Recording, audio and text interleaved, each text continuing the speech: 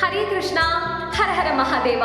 ഭഗവാൻ ശിവശങ്കരന്റെ രൂപം നമുക്ക് ഏവർക്കും വളരെ അട്രാക്ഷൻ തോന്നുന്ന ഒരു രൂപമാണല്ലേ. അതായത് ചന്ദ്രകല, അദ്ദേഹത്തിന്റെ ജട, ഗംഗാദേവി, മാത്രമല്ല ആ ഒരു വാസുകി എന്ന് പറയുന്ന സർപ്പം, പുലിത്തോലിലുള്ള അദ്ദേഹത്തിന്റെ ആ ഇരുത്തമൊക്കെ നമുക്ക് ഭയങ്കര അട്രാക്ഷൻ തോന്നും. പക്ഷെ അദ്ദേഹത്തിന്റെ ശരീരത്തിനും അദ്ദേഹത്തിന്റെ ആ രൂപത്തിനൊക്കെ ഓരോരോ കാര്യത്തിനും ഓരോ പ്രാധാന്യങ്ങളുണ്ട്. അപ്പൊ ഞാൻ ഇന്ന് ഭഗവാൻ ശിവശങ്കരന്റെ രൂപത്തെ നിങ്ങൾക്ക് ഷോർട്ടായിട്ട് ഡിസ്ക്രൈബ് ചെയ്ത് തരാം. അദ്ദേഹത്തിന്റെ ജട അദ്ദേഹത്തിന്റെ ഊർജത്തെയാണ് സൂചിപ്പിക്കുന്നത്.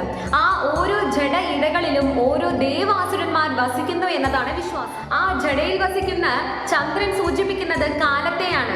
കാലത്തെ വരെ ക്രമീകരിക്കാനുള്ള ഒരു കഴിവ് ഭഗവാൻ ശിവശങ്കരന് പ്രാപ്തമാണ്. അദ്ദേഹത്തിന്റെ തൃക്കണ്ണ് ജ്ഞാനത്തെയാണ് സൂചിപ്പിക്കുന്നത്. അതിൽ നിന്ന് വരുന്ന അഗ്നി കൊണ്ട് അജ്ഞാനത്തെ വരെ നശിപ്പിക്കാനായിട്ട് സാധിക്കും. അതിഘോരമായ വിഷമാണ് ഹലാഹലം. ആ വിഷം ഏറ്റു നിൽക്കുന്ന സർപ്പമാണ് വാസുകി.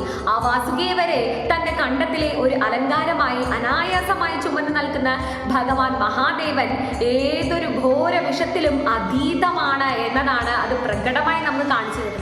അദ്ദേഹത്തിന്റെ ശരീരത്തിൽ മുഴുവനും ഭസ്മമാണ് പൂശിയിരിക്കുന്നത്.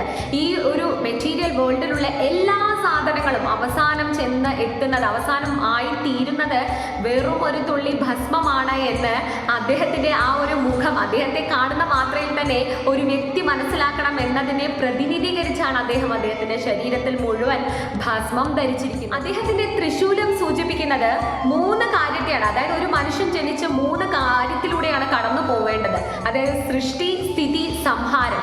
ഈ 3 പ്രക്രിയയിലൂടെയാണ് ഒരു മനുഷ്യജീവൻ കടന്നു പോകുന്നത് എന്ന് മനസ്സിലാക്കി തരാനാണ് അദ്ദേഹത്തിന്റെ ത്രിശൂലം ആയുധമായി സ്വീകരിച്ചിരിക്കുന്നത്. അദ്ദേഹത്തിന്റെ വാഹനമായ നന്ദി ഭക്തിയെയാണ് സൂചിപ്പിക്കുന്നത്. സമർപ്പണത്തിന്റെ പ്രതീകമാണ് നന്ദി.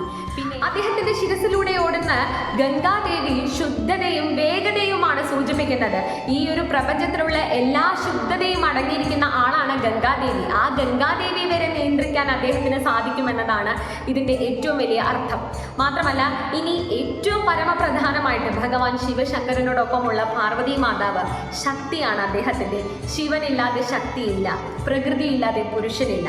ഈ ഒരു പ്രപഞ്ചത്തെ മുഴുവൻ തന്നെ കൊണ്ടുപോകുന്നത് ശിവശക്തിയാണ് എന്നതാണ് വിശ്വാസം. ഇത്രയും പറഞ്ഞു നിർത്തുന്നു. ഹരേ കൃഷ്ണ, ഹര ഹര മഹാദേവ.